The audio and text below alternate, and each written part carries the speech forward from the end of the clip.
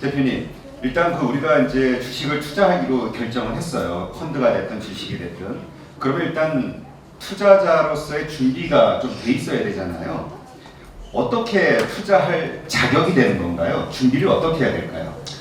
그러니까 이제 제가 많은 질문을 받는 게 겁이 난다는 얘기를 해요. 예. 그러니까 너무나 오랫동안 주식 투자하면 안 된다는 생각이 강하기 때문에 만약에 내가 이 돈이 없어지면 어떻게 될까? 그래서 저는 그렇게 그 주식에 투자하는 걸 겁을 먹어본 적이 없기 때문에 굉장히 신기하게 느껴졌어요. 왜 겁이 나지? 기다리면 벌게 돼 있는데 그래서 그 변동성과 위험을 구별할 줄 알아야 된다. 변동성은 주식은 놀래키기도 하죠. 올라갔다 내려갔다.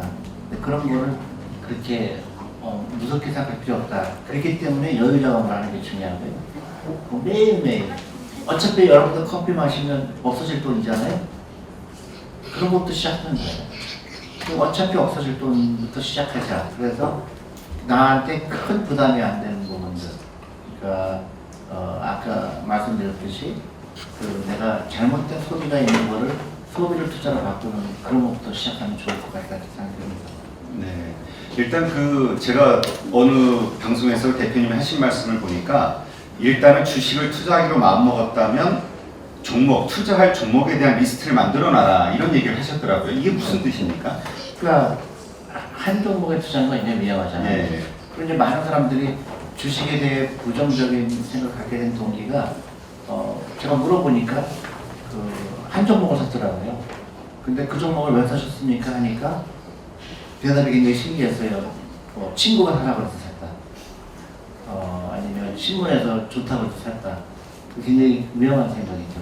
그러니까 어느 정도 공부를 해야 되죠. 그러니까 아까 말씀드렸듯이 변동성과 리스크를 구별해야 되고 리스크를 줄이는 방법은 변동성을 줄일 수 있는 방법은 없어요.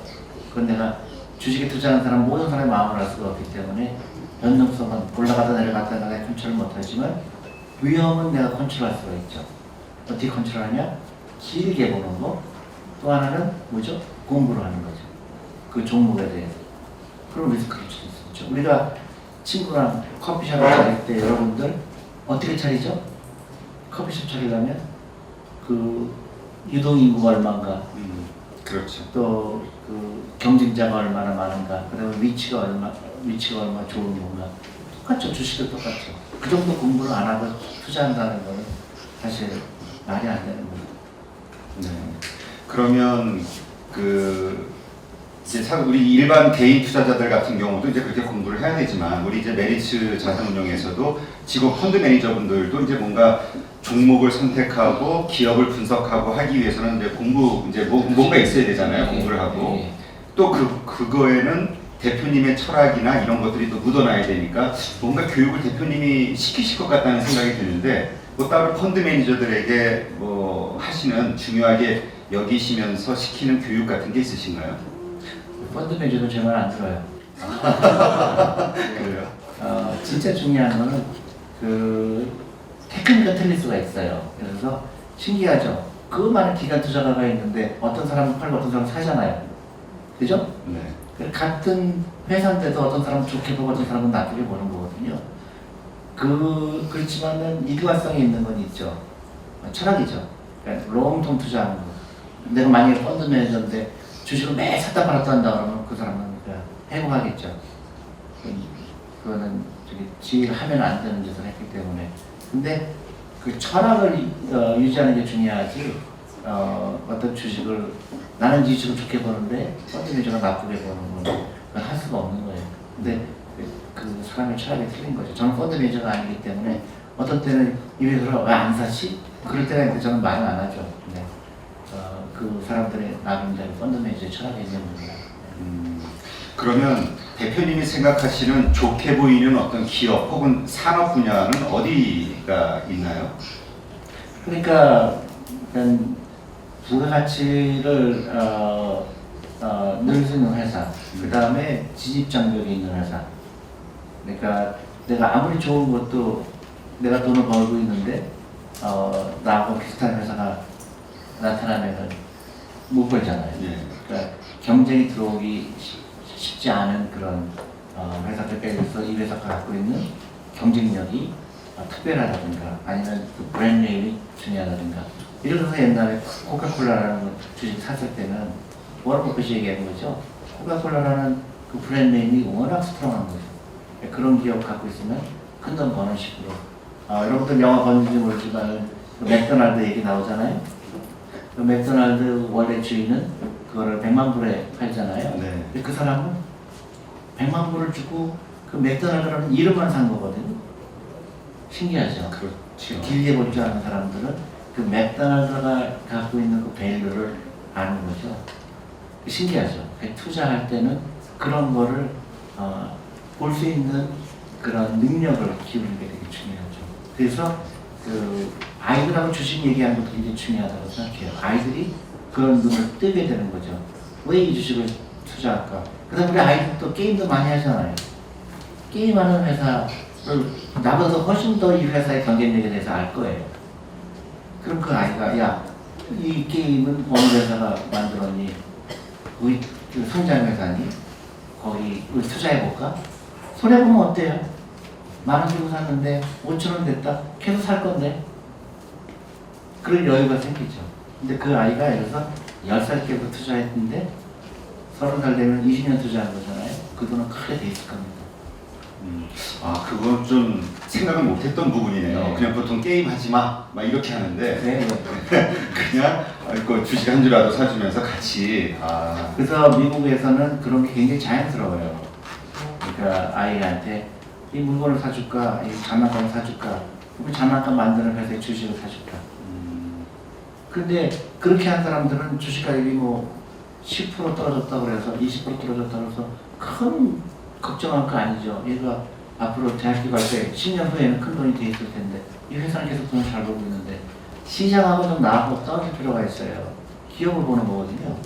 어차피 여유자금으로 했잖아요. 그럼 여유가 생기죠. 근데 너무나 많은 사람들이 매일매일 그 증권방송 보면서 막 화도 나고 또 파란데도 올라가면 더 열받고 그거부터 벗어나는 거죠. 길게 보면 주식은 무조건 투자해야 되는 거고 근데 이제 연령에 따라서 조금 다를 수가 있죠. 예를 들어서 내가 10대다 그러면 무조건 주식에 100% 투자가 돼야 되죠. 근데 이제 30살과 40살 가면서 점점 안전자산으로 조금씩 옮기는 게 필요하겠죠. 그 말씀 하시니까 어떤 분이 질문을 남기신 게 떠올라요. 나이가 많은데 나도 장기 투자해야 되냐? 이런 질문을 하셨더라고요. 댓글로. 어쩔 수 없죠. 주식에서 장기 투자해서 돈 벌 방법은 없어요. 한두 번은 성공하지만 계속 맞출 수는 없거든요. 그래서 여러분들 카지노 가면 운이 좋은 날은 돈을 따죠. 근데 매일 하면은 집도 팔아야 되죠. 확률적으로 안 되는 거죠. 주식도 마찬가지죠. 매일매일 샀다 팔았다 하는 사람은 절대로 성공할 수 없는 똑같은 이치죠. 근데 예를 들어서 내가 60이다. 올해 나이가. 그러면 보통 이제 내 주식 비중을 얼마큼 주면 좋을까? 100에서 자기 나이를 뺀 게 주식 비중이라고 해요. 그래요? 네, 보통 그렇게. 그래서 예를 들어서 내가 60이다 그러면 약 40%가 주식이고 한 30%가 부동산, 나머지 채권 이렇게 다양하게 가져가요. 그 대표님은 항상 말씀하시는 게 그 투자는 그 기업가와 동업을 하는 거다, 동행하는 거다 이렇게 말씀을 하시는데 그러면 이게 과연 동업할 만한 사람인지 아닌지 그 기준 어떻게 판단하세요, 대표님 개인적으로는?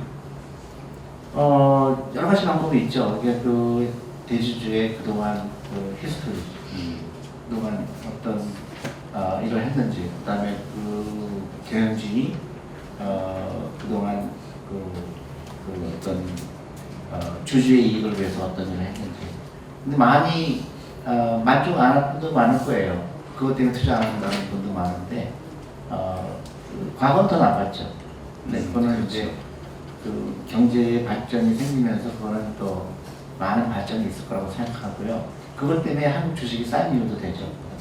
그러니까 너무 그렇게 부정적으로만 보지 말고 그래도 그 괜찮은 회사가 생기게 돼 있고 하니까 좀 한국 기업이 그렇게 네, 기업 지배 구조로 봤을 때 그렇게 나쁘지 않다. 옛날에 비해서 훨씬 좋아졌다. 이렇게 말씀드릴 수가 있죠. 아까 어떤 분이 질문하신 것처럼 정말 주주에 대한 배려가 한국 기업이 많지 않다. 뭐 배당서부터 배당도 작고 이런 게 다 거기에 해당이 되겠네요. 그렇죠. 예.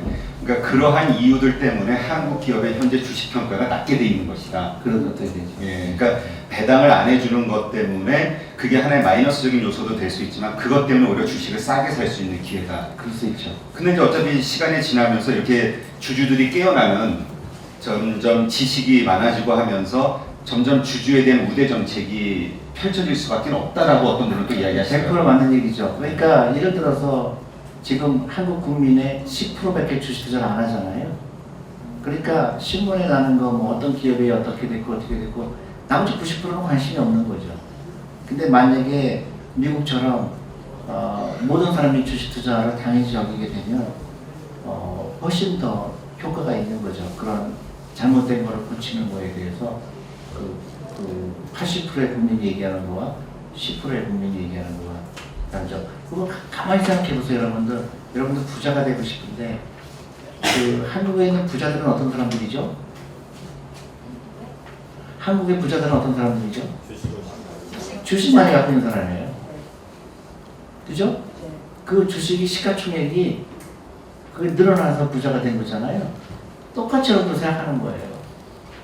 그 내가 어떤 주식을 얼마큼 갖고 있는 게 굉장히 중요한 거죠. 근데 너무 신기하게도 한국에서 저는 깜짝 놀란 게 주식을 갖고 있으면 그 사람이 경격사유가 되더라고요.